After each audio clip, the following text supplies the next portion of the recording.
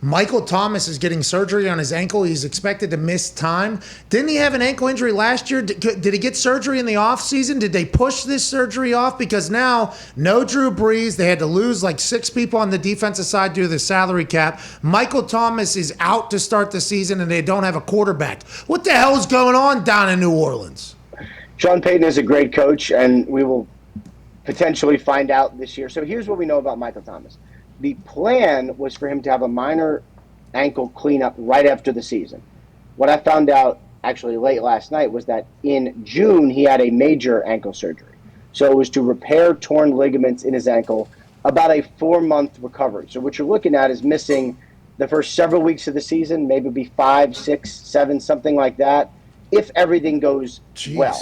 So either he put it off and had surgery in June, or he's had 2 surgeries. One was early and the other was in June. I know he needed the surgery, so this was not a decision from Michael Thomas.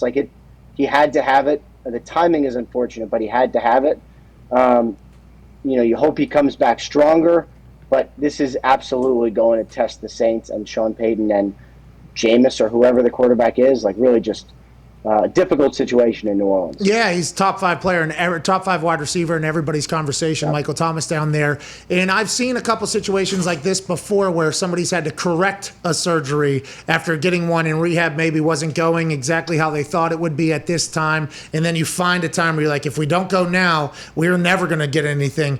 Pretty unfortunate. Maybe we'll learn more as it goes on. Although HIPAA violations are a real son of a bitch. Oh, yeah. Go ahead, Connor. Yeah, Rap Sheet. The Browns are reporting that they're going to extend Chubb and Denzel Ward before Baker. Is Baker's deal going to be, closer to the 30 mark where Wentz is, or is it going to be as high as a Lamar Jackson? It's hard for me to. Well, first of all, I believe that is the case, that the Browns are looking at potential extensions for Chubb and Ward now before Baker. Makes sense. I don't think they have anything to decide on Baker, but more information is not bad. I think it's okay to do the extension next year as opposed to this year. I don't see any quarterback taking the $30 million extension. So to me, Dak signs for 40. My guess is that Lamar and Josh Allen both come in over 40 million. So if you're Baker and you wait a year, and let's say the Browns go deep into the playoffs again, last year was a good season for Cleveland. He's going to be asking for the same. So, we're probably talking in the low 40s if he gets an extension. It's a lot of money, but as I always say, it's the only thing worse than having to pay your quarterback $40 million is literally not having a quarterback to pay. That's probably the worst case scenario. Yeah, I think so. Or pay your quarterback and then the coach and the quarterback hate each other just a year later and you got to ship them off to Detroit. Not fantastic. Go ahead, Ty. Rap Sheet, going back to Devontae Adams, is there any chance you think the Packers trade him maybe mid-season or at some point because they know they're probably not getting Rodgers back, so there's a good chance they're not going to get him back anyway so they could recoup some of his value?